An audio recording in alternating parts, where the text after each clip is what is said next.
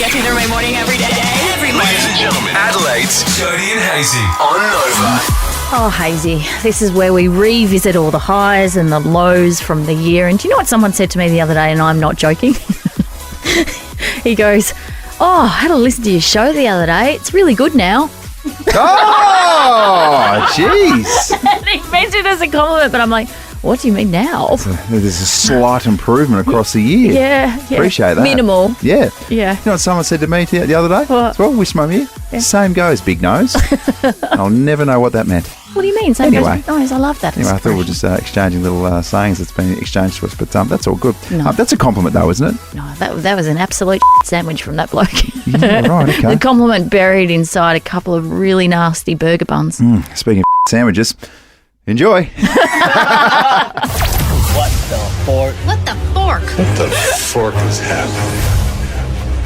Okay, what the fork? This segment is born out of the fact that there are no forks in any kitchen workplace ever. Yeah. And so then we've just thought, what the fork about everything else in life? Yeah. You know, we have various editions of this. We've had the supermarket edition of what the fork. Sure, they might be first world problems. Yeah, that's okay. That's okay. That's okay. You need to vent about the small things every now and then. We're going to nut them out together. Yeah, okay. So I do believe that this week I need to hand the floor over to you for your what the fork. Oh my gosh, thank you very much. Thank you for passing the baton. I'm passing the fork. The fork. Thank you for passing the fork. There you go. Gosh, it needs a wash. Can we talk about mobile phone Icks? Oh, yes. People and some of their ridiculous habits on their mobile phones. So I went to a beautiful little cafe, had a bit of me time a few weeks ago in Brighton, I think it was. Got myself some eggs on toast. Yeah. And there was a lady over in the corner with her mobile phone Okay. on loudspeaker. And you know what happens when you're waiting for a company or whatever it is? The hold music, it was just awful whilst I'm trying to enjoy my breakfast. And this is what I can hear. And in every sort of 30 seconds, your call is important to us. Yeah. You will be with the next available operator shortly. Oh my gosh. Okay. I respect that this is your what the fork. I respect it. But if you had any kahunas whatsoever, you would have gone over to her and said, "Excuse me, I don't want to hear you on hold music. Do you mind turning that down?" I don't have the kahunas to do that. If I had any sort of testicular fortitude, maybe I would have requested this sort of hold music. You go to stock standard hold music. Oh, that's it. That's nice, isn't it? No, I don't have the balls to stand up in any of those situations. Yesterday, I got overcharged $5 for a sandwich and I just paid for it. Yeah, of course you did. Yeah. And you would have said, do you know what? You keep that $5 and put it in the tip jar, please. Yeah. And do you want another $5? Yeah. Sure, why not? Because this sandwich is worth 20. So I'll throw in another 5. I'm a sucker. That's how you roll. I have a real bugbear about people who put their phones on speaker. Yeah. Or kids that watch their iPads in public spaces without headphones. Oh. What? Okay, but you know how tricky it Oh, is. your kids do it, do they? No, they don't. That's the look on your face right now. They don't religiously do it as a preference, but when it gets to the stage where it's that or one of our kids chucking the most almighty tantrum of all time. Well, that's your problem. I don't need Peppa Pig on a plane to be my problem. Well, on a plane, that's a different story. No, it's not a different story. In any public space, kids with their iPads on loudspeaker is not okay. Remember we spoke about that Brazilian theatre? Oh, Where yes. the kid was on their tablet and it caused like an Orlean brawl? During the Barbie movie. There's a guy who will go on the elliptical machine religiously at my gym, and he will go along and he'll watch his Netflix shows on loudspeaker. That's ridiculous. Without headphones. That's ridiculous. I mean, what? That guy. All those people that chat to their friends on loudspeaker in public spaces. I don't want to hear your conversation. Are you joking? A-grade nincompoop. Yes. Mobile phone Icks. Oh, yeah. Have you got some for What the Fork this week? 13, 24, 10. People just don't get it. No. And also, when you're driving and you're like, oh, I don't want to get caught, so people put it on loudspeaker, but they put the phone up to their mouth. What the hell's the point of that? That's still illegal, you guys. Oh, it's still very much illegal. My husband always says to me, because I'll have my earbuds in, but I'll still like hold the phone up to my mouth. He's Yeah. like, it doesn't work like that. Yeah, it Are there doesn't speakers in your earphone? I don't understand. Are they? Drives you insane. Are they or not? I don't think so. You don't need to hold the phone up to your mouth when you've got your earbuds in, do you? No, it won't make a difference. Abby in the newsroom?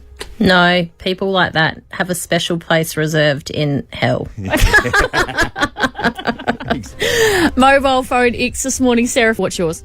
Hi, my mobile phone ick is when someone's placing their coffee order and they don't have the courtesy to get off their phone for the 40 seconds it takes to place their order.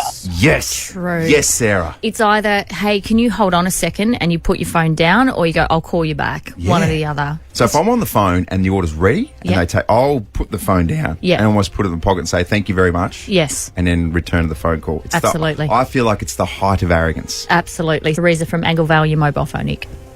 My mobile phone ick is when you're being served at the supermarket and you can't be bothered to pay attention to the person that's serving you. It is so rude, and I can't help myself, but I say it under my breath when I'm standing behind them. Get off your phone. Yeah. So you go off the phone, you're like, get off your phone, dickhead. Disgusting. Sorry, what'd you say? I said, have a nice day.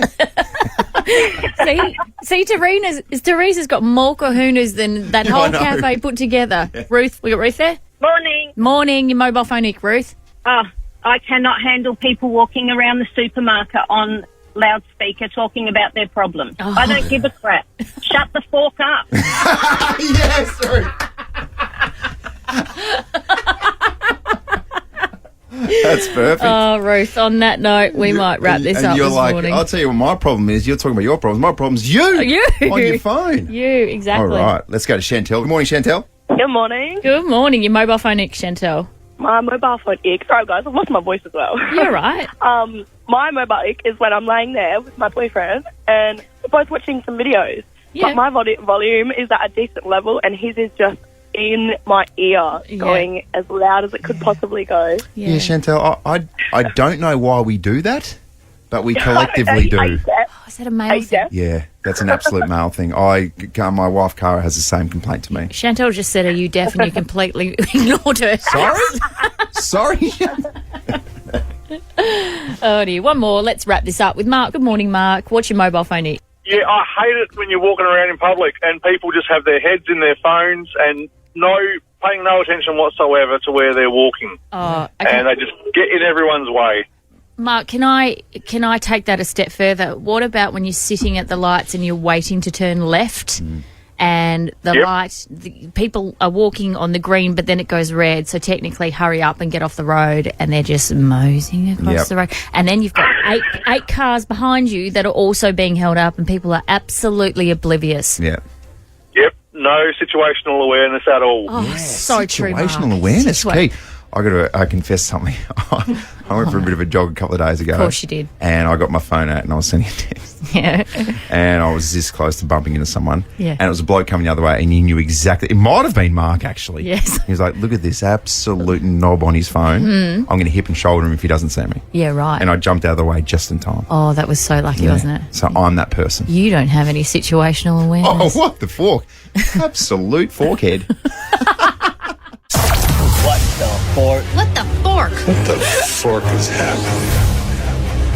Segment grown out of the fact that there's never any forks in any workplace kitchen ever. And then we thought, let's just expand it out to other things we don't understand in life. Fair enough? Yeah. Okay.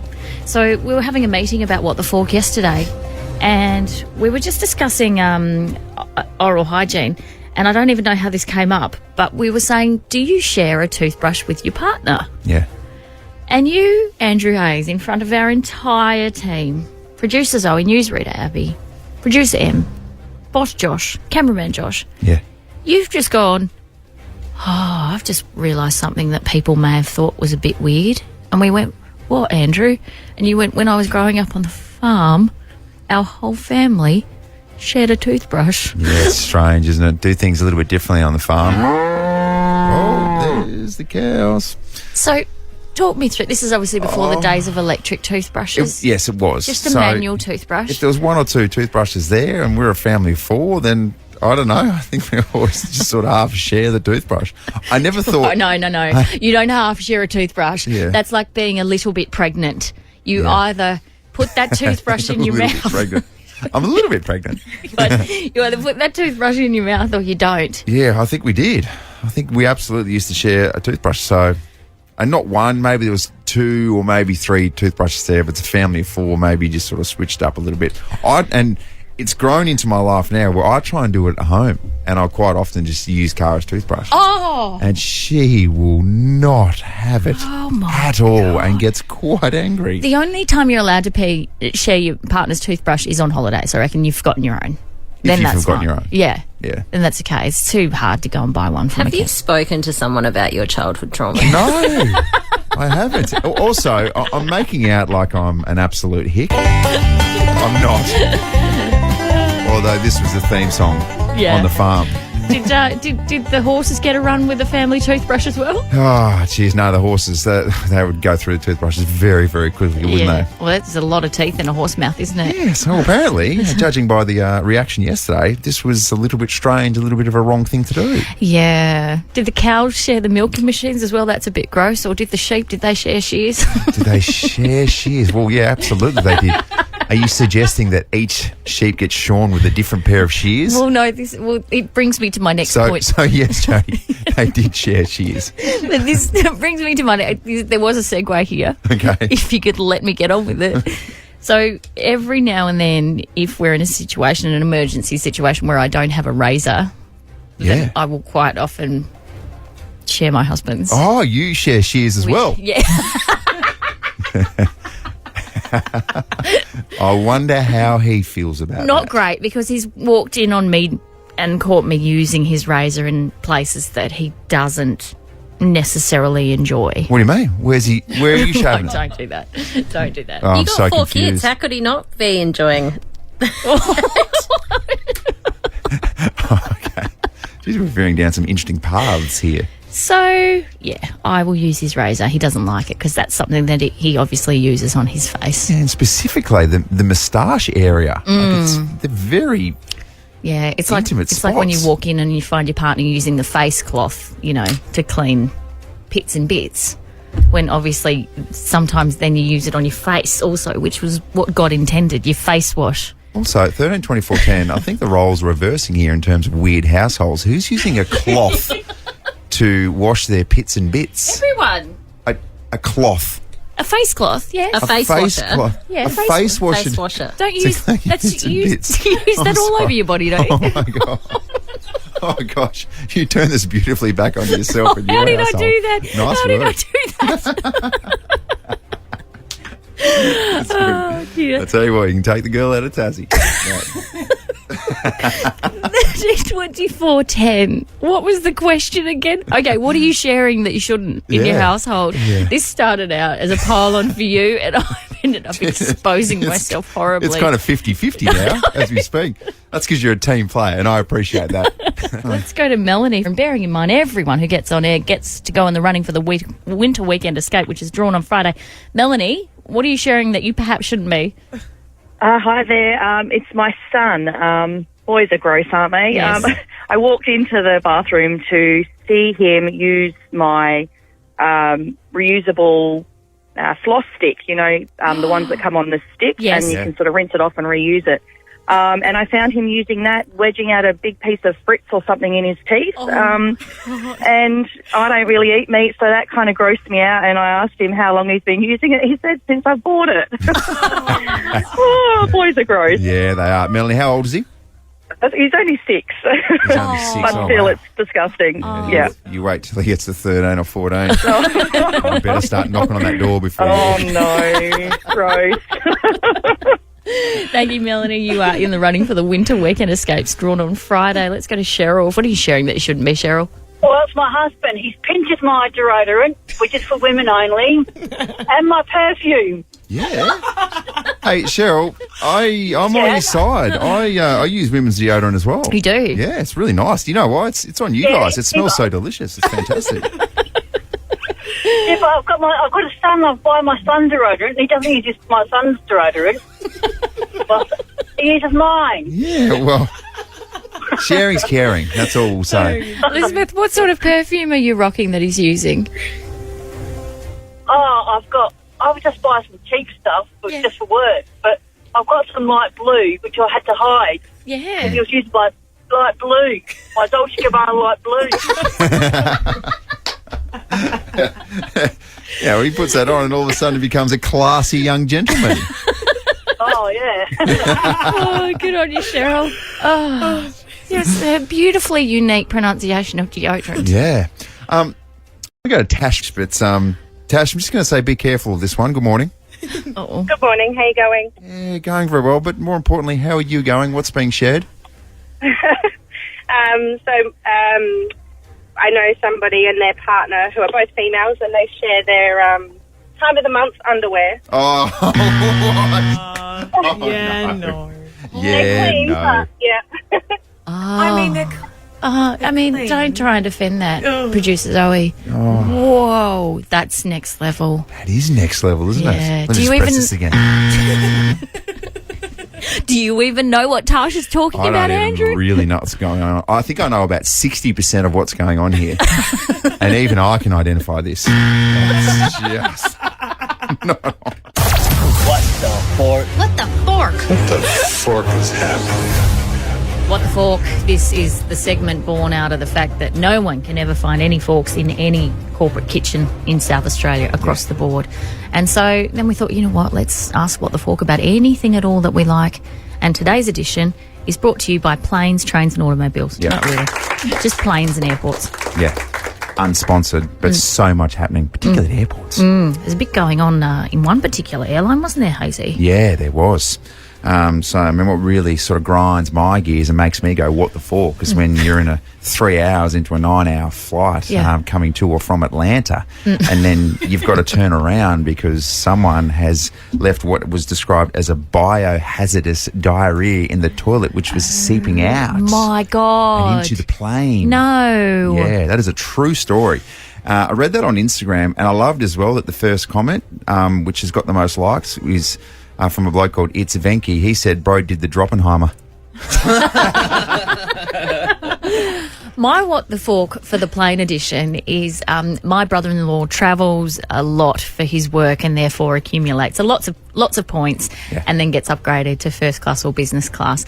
And he said the amount of times that he's seen influencers get on a plane and stop in either first class or business class, sit down and pose for a selfie to post on the gram, and then have to get up and ungraciously walk into economy after they've taken said selfie. Dead set. You know what they're doing? They scurry off They scurry. like a little parasite. Oh dear, that was so aggressive. Got my photo. Now I'm going to go back and live reality. Yeah. it's It's good. embarrassing if you're doing that, isn't it? Absolutely it is. Let's go to Abby in the newsroom. What the Fork of the Plane edition? Go for it. Well, as you know, I went to Bali a few weeks ago. Oh, it's barely been mentioned. Shut up about it.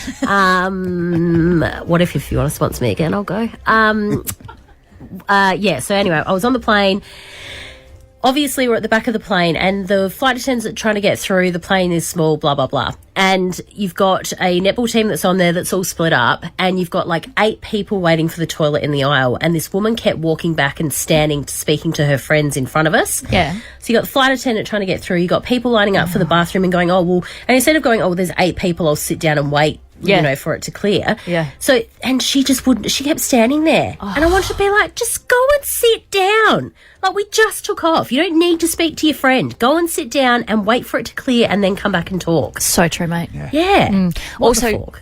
when you taxi in and you're sitting there and the light goes off so you can stand up and get your stuff, and then people stand up and wait. Instantly. Well, what's to be gained? I get if you're stretching your legs, but if you're above sort of 6 foot as well, you're standing up and all of a sudden you've got to awkwardly go to the side. So it's like chronically bad for your neck. So you're like, well, sure, I'm stretching out my hamstring, which is fun, but now I've got a chronic neck issue. It's not worth it. But now I can't sit back down because I've committed to this. I don't want to look like an idiot. Yeah, exactly. Now, camera guy Josh, a.k.a. Coach Beard from Ted Lasso, excuse me very much. What is your story about being on a plane with your dad? Okay, so for context, my dad used to work for an airline, so we got seats up the front. The pointy end. Yes. Okay. And on a flight to New York, we had a few drinks. This smacks of rich kid, doesn't No, it? it doesn't. So my father and I were on the plane. Yeah. Yeah, so we were very well hydrated, and then Dad was kind of standing next to my seat and talking to me, and then we hit turbulence. Yep. And the air hostesses kept saying, "Sir, can you sit down? Sir, can you sit down?"